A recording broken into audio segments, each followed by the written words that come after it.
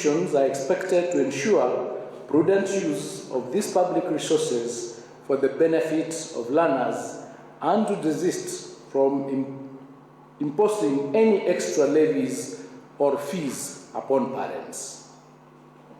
The candidates whose results we release today are now expected to transit to tertiary institutions, either in universities or TVET institutions. At the tertiary level, we are implementing the student-centered funding model by which the government supports students and trainees by way of scholarships and loans depending on the level of need of each learner. To enhance access and affordability, fees for academic programs in our public universities have also been rationalized by between 15% and 40%, so that the fees for university education programs range from 5,800 to 75,000 per semester, depending on the program of study. I call upon all eligible candidates, therefore, to apply for placements to programs of their choice once the process starts. I now wish to provide an overview of the performance of the 2025 KCSE examinations cohort. Ladies and gentlemen, during the 2025 KCSE examinations, 993,226 candidates sat the examination compared to 962,512 candidates in the year 2024. This represents an increase by 30,714 candidates, which is an increase of 3.19%.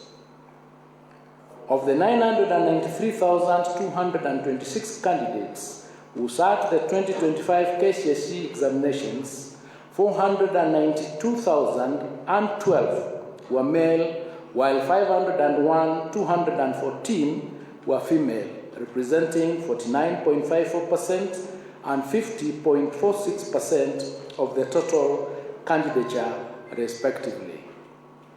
This is the second year in a row since inception of the KCSE examinations that female candidates are more than male candidates.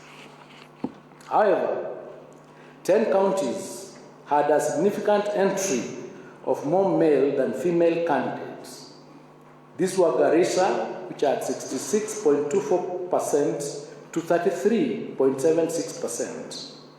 Mandera had 65.09% to 34.91%. Wajir at 60.10% to 39.90%. Turkana had 57.67% to 42.33%. Narok had 53.10% to 46.90%.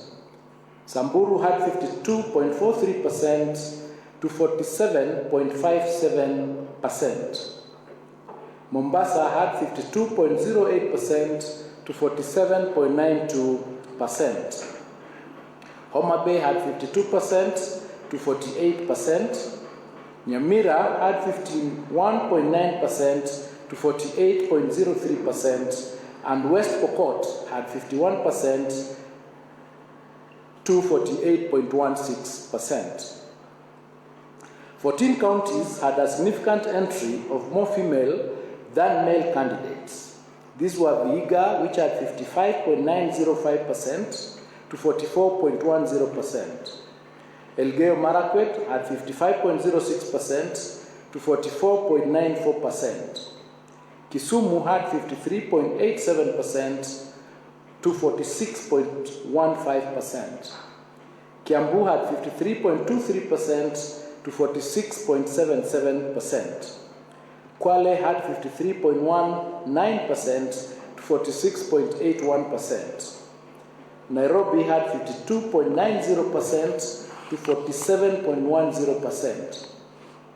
Kakamega had 52.47% to 47.53%. Meru had 52.22% to to 47.78%. Isiolo had 52.21% to 47.79%. Uasin Gishu had 52.14% to 48.26%. Busia had 51.72% to 48.28%, and Tharaka Nithi had 51.57% to 48.43%. 23 counties, however, recorded near perfect gender parity, which counties were Lamu, Marsabit, Embu, Tana River, Laikipia, Kisii, Baringo, Migori, Trans Nzoia, Nandi, Kajiado, Taita Taveta, Kericho, Siaya, Kilifi, Bomet, Nyeri, Nyandarua, Murang'a, Nakuru, Kirinyaga, Bungoma, and Makueni. The number of candidates aged 16 years and below increased from 20,546, which was 2.13% in the year 2024, to 26,391 or 26,391, which is 2.65% in the year 2025.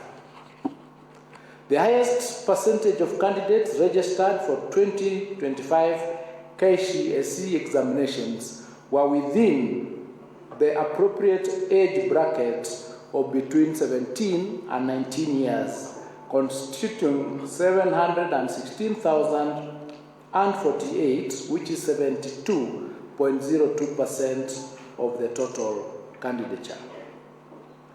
In the year 2025 KCSE examinations, 17 subjects recorded a significant improvement in performance, similar to the number of subjects that recorded significant improvement in 2024.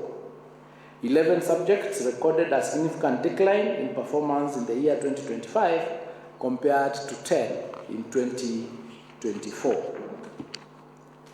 Female candidates recorded better mean score performance than male candidates in the following 6 subjects. That is English, Kiswahili, Kenya Sign Language, Home Science, CRE, and Arts and Design. Male candidates recorded better mean score performance than female candidates in 11 subjects, namely Mathematics, Alternatives A and B, Biology, and Biology for the Blind, Chemistry, General Science, History and Government, Geography, IRE, Building and Construction, and Business Studies.